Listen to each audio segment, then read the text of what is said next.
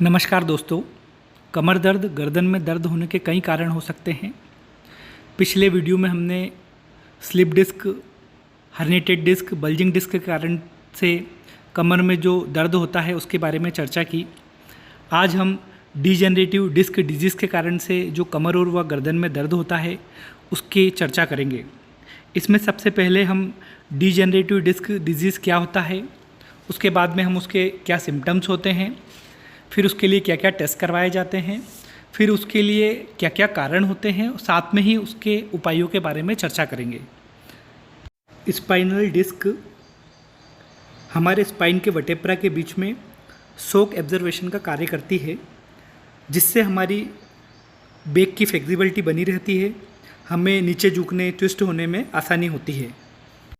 Spine की disc उम्र के साथ साथ कमज़ोर होती जाती है, इसके अंदर टूट फूट होती जाती है, तो इससे हमें कोई परेशानी नहीं होती है। हमारा शरीर इसको अडाप्ट करता जाता है, इसके कारण हमें कोई ज़्यादा दर्द नहीं होता है, तो हम इसे बीमारी नहीं मानते हैं। लेकिन यदि यह कम उम्र से ही शुरू हो जाए, जब हमें बहुत ज़्यादा काम करना पड़ता है, उस समय यह हो जाती है, तो हमें इसके कारण से दर्द हो सकता है, हमारी शरीर की फ्लेक्सिबिलिटी कम हो सकती है और उसके कारण हमें कई परेशानियों का सामना करना पड़ सकता है। मुख्यतः यह हमारी गर्दन की डिस्क में व लंबर स्पाइन की डिस्क में होता है, जिसके कारण हमें गर्दन में दर्द व कमर के निचले हिस्से में दर्द होता है। अब हम इसके सिम्टम्स के बारे में बात करेंगे। यदि गर्दन की डिस्क में डीजनरेशन चेंजेशन आ जाए तो हमें गर्दन की मांसपेशियों में दर्द हो सकता है। यदि डिस्क में बीमारी बढ़ जाए, उसके अंदर सूजन ज़्यादा बढ़ जाए, तो वह कभी कभी हमारी नर्व के ऊपर भी प्रेशर बना देती है, जिसके कारण हमारे हाथों में भी दर्द जा सकता है। यदि यह हमारे कमर के निचले हिस्से में हो तो हमें कमर में दर्द होता है, साथ ही बटक्स व अपर थाई में भी दर्द हो सकता है। शुरू में इसका दर्द आता जाता रहता है, लेकिन जैसे जैसे ज़्यादा दिन यह बीमारी रहती है तो दर्द लगातार बना रहता है। अधिकतर लोगों को दर्द सहनीय होता है, लेकिन कुछ लोगों में दर्द असहनीय भी हो सकता है। ज़्यादा देर खड़े रहने, बैठने, झुकने व सामान उठाने के बाद में दर्द बढ़ता है। थोड़ा चलने व पोजीशन चेंज करने के बाद व लेटने के बाद में दर्द कम होता है। अब हम इसके डायग्नोस्टिक टूल्स के बारे में बात करेंगे। इसके लिए एक्सरे करवाए जाते हैं, एमआरआई करवाई जाती है, सीटी स्कैन भी करवाई जाती है, सिम्टोमेटिक व फिज़िकल एग्जामिनेशन भी करा जा सकता है। सिम्टम्स व फिज़िकल एग्जामिनेशन के आधार पे भी अंदाज़ा लगाया जा सकता है कि आपकी डिस्क में डीजनरेशन चेंजेशन आए हैं। अब हम इसके उपाय के बारे में, ट्रीटमेंट के बारे में, साथ में इसके कारण, कॉज के बारे में भी बात करेंगे। इसके लिए स्पेशल कोई मेडिसिन नहीं होती है। जो सिम्टम्स होते हैं उसके आधार पर दवाइयाँ दी जाती है। जैसे दर्द हो रहा है तो दर्द के लिए दवाइयाँ दी जाती है, साथ ही कुछ न्यूट्रिशंस दिए जाते हैं, कुछ मल्टीविटामिन दिए जाते हैं, जिससे कि यह बीमारी बढ़ने से रुके। एक बार यह ज़्यादा बढ़ जाए तो इसको पूरी तरीके से ठीक करना बड़ा ही कठिन होता है, लेकिन यदि हमारी कुछ चीज़ों में थोड़ा सा सुधार करें हम, तो इसकी तीव्रता को बहुत आसानी से रोका जा सकता है। जो यह तेज़ी से बढ़ रही है उसको रोका जा सकता है। डिस्क में पानी का एक बहुत बड़ा भाग होता है। कई कारणों से इसमें ड्राइनेस बढ़ती जाती है और इसमें डीजनरेशन बढ़ते जाते हैं। यदि हम इसको ड्राइनेस से बचाना चाहते हैं तो हमें पानी पीने के तरीके में सुधार लाने की आवश्यकता है। जब भी हम पानी पिएं तो लगभग 200 ml पानी पिएं और कोशिश करें कि यह 200 ml पानी पीने के लिए हम 1 से 3 मिनट का समय लगाएं। धीरे धीरे पानी पिएं। यदि आपको डबल से पानी की प्यास लगती है तो आप फिर से पानी पी सकते हैं, लेकिन एक साथ आप 200 ml से ज़्यादा पानी ना पिएं। एक दूसरा मुख्य कारण है हमारे सेल्स के रिसेप्टर्स में गड़बड़ी हो जाना। हमारे सेल्स में जो भी चीज़ अंदर जाती है उसके लिए एक दरवाज़ा होता है जिसको रिसेप्टर्स कहा जाता है। यदि इसमें कुछ गड़बड़ी हो जाती है तो इसके अंदर पानी भी पर्याप्त मात्रा में नहीं जा पाता है और दूसरे न्यूट्रिशंस भी इसके अंदर जाने में असमर्थता हो जाती है।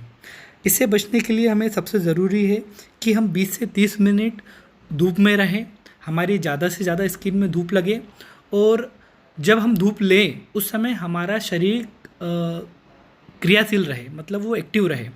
उस समय आप एक्सरसाइज कर सकते हैं या कुछ अन्य एक्टिविटी कर सकते हैं जिससे हमारे शरीर की एक्टिविटी बनी रहे, हमारे सेल्स की एक्टिविटी बनी रहे और साथ में उनमें धूप लगे, तो हमारे रिसेप्टर्स में बहुत ही जल्दी सुधार आएगा, जिससे उसमें पर्याप्त मात्रा में न्यूट्रिशंस और पानी पहुंच पाएगा। एक कारण और भी है, हमारी डिस्क में ब्लड की सप्लाई कम हो जाती है। इसके कई कारण हो सकते हैं, जैसे ब्लड में क्लॉट होना, शरीर में खून गाढ़ा हो जाना, उसमें बेकार की चीज़ें बढ़ जाना जैसे बैड कोलेस्ट्रॉल आदि।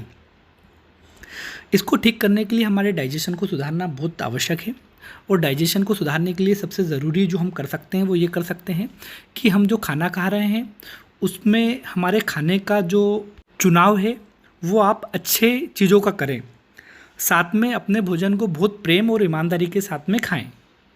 न्यूट्रिशंस और विटामिन्स की कमी होना, न्यूट्रिशंस की कमी को पूरा करने के लिए आप ऐसे भोजन का चुनाव करें जिससे आपका शरीर आसानी से पचा सके और आसानी से उसका एब्जर्वेशन कर सके।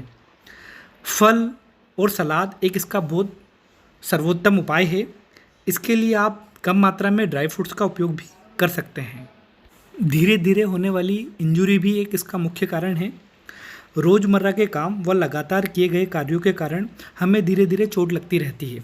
जैसे कि एक व्यक्ति ज़्यादा लंबे समय तक एक साथ बैठा रहता है तो उससे उसके शरीर के सेल्स डैमेज होते हैं, या लंबे देर तक वो खड़े रहता है, लगातार बहुत ज़्यादा चलता है या लगातार बहुत ज़्यादा दौड़ता है, तो इसके कारण से हमारे शरीर में धीरे धीरे इंजुरी होती रहती है, जिसको हमारा शरीर पर्याप्त मात्रा में ठीक नहीं कर पाता है और वो धीरे धीरे उसके डिजेनरेशन बढ़ते जाते हैं।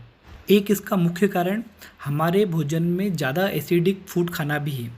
हमारे भोजन में एसिडिक और एल्कलाइन फूड का इम्बैलेंस हो जाता है, और ज़्यादा एसिडिक फूड खाने के कारण हमारा जो है डिजेनरेशन चेंजेशन बहुत ज़्यादा तेज़ी से बढ़ते हैं। एसिडिक फूड वो होते हैं, सामान्य भाषा में समझे तो वो सारी चीज़ें जो हमें एनिमल से प्राप्त होती है या हम जिनको बनाते हैं वो सारी अधिकतर एसिडिक होती है, और जो प्राकृतिक रूप से होती है वो सारी एल्कलाइन होती है। जैसे कि शक्कर हो गई, या एनिमल प्रोडक्ट में दूध हो गया, या दूध से बनी चीज़ें हो गई, या फिर नमक हो गया जो हम बनाते हैं। और पानी भी नेचुरल होता है, लेकिन यदि हम पानी को भी फिल्टर करते हैं तो थोड़ा सा ये एसिडिक हो जाता है। तो कोशिश करें एल्कलाइन चीज़ें ज़्यादा खाएं, एसिडिक चीज़ें कम खाएं। एल्कलाइन चीज़ें वो सारी चीज़ें होती हैं जो फल या प्राकृतिक रूप से हमें मिलती है। इसके अलावा cold drinks, artificial sweeteners, alcohol, ये बहुत ज़्यादा एसिडिक होते हैं। इनको आप पूरी तरीके से बंद कर दें।